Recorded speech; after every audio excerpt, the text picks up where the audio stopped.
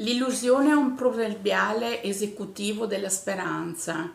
Chi che sia che ha toni di cuore verso la potenza della sovranità dell'amore, essere cordiali e volersi difendere dalla speranza vana, ma cos'è l'infedeltà data dopo un'illusione, altro che perdita di sensi, coscienza senza limite, con considerazione solo di intimidazione.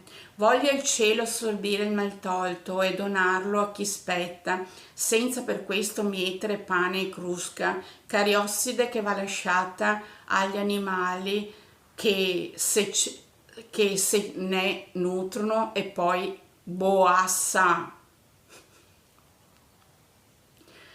dispersa nella terra, ma va chiarito chi sì, chi no.